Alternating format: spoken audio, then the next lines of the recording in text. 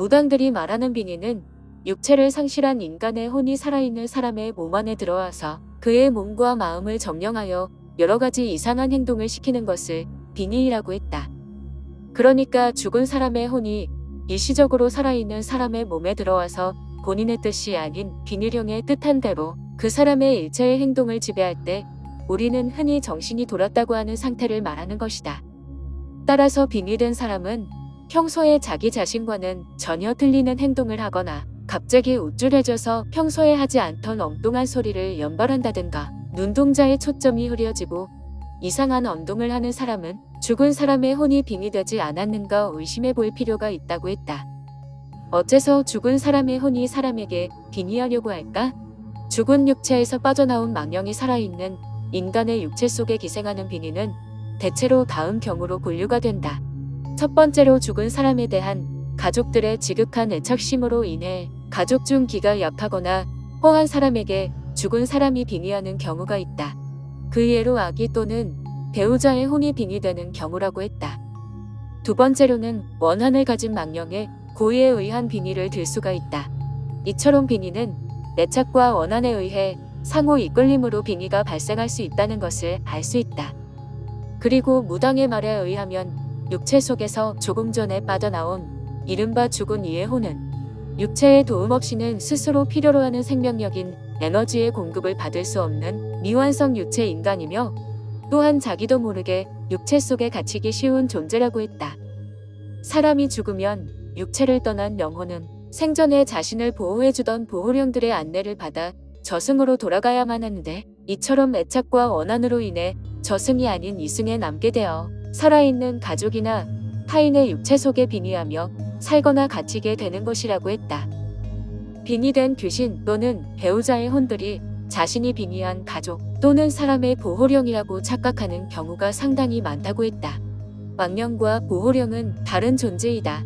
그러므로 보호령인 줄 착각을 하고 있는 빙의령은 본질적으로 선의를 지닌 존재이기에 쉽사리 재령이 되지만 죽은 이의 임의적인 강령으로 빙의가 된 경우는 재령은 힘이 들고 어려우며 위험하다고 했다. 빙의가 된 것을 어떻게 알 수 있을까?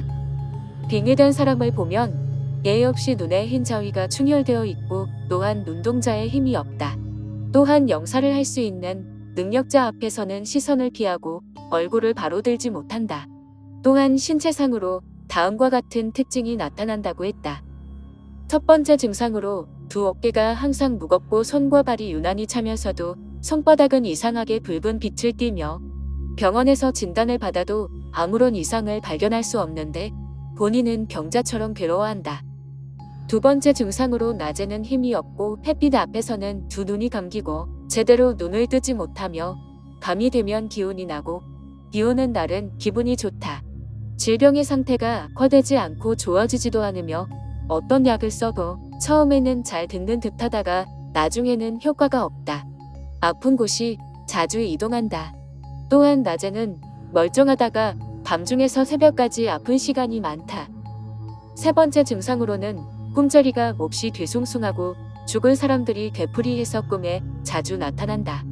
6개월 이상 아프면서도 더 나빠지지는 않는 질병이다. 가끔가다 죽은 사람의 환상이 자주 나타나는 경우도 빙의된 경우라고 했다. 마지막 증상으로 자기의 성격이나 행동이 죽은 가족과 똑같이 행동하거나 또 얼굴에 치장을 해서 모습을 비슷하게 꾸민다고 한다. 이유 없이 곧 죽을 것만 같고 공연히 슬픈 생각이 든다고 한다.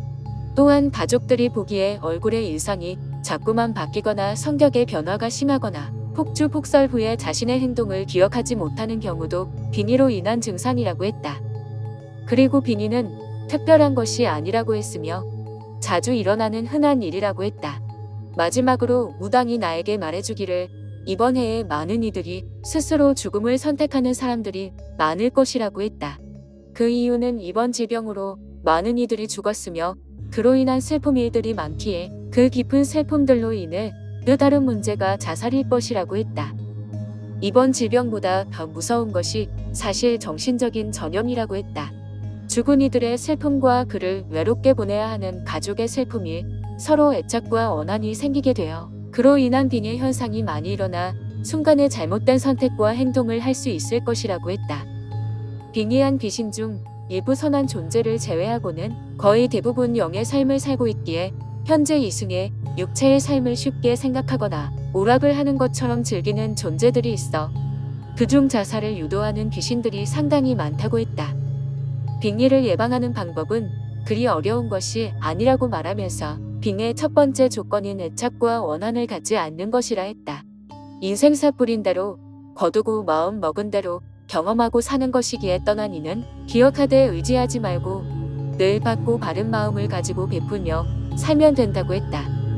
즉 쉽게 말해 1년에 한 번, 두 번 정도만 죽은 사람들 생각하면 된다며 그 이상 생각하지 말라는 말이다.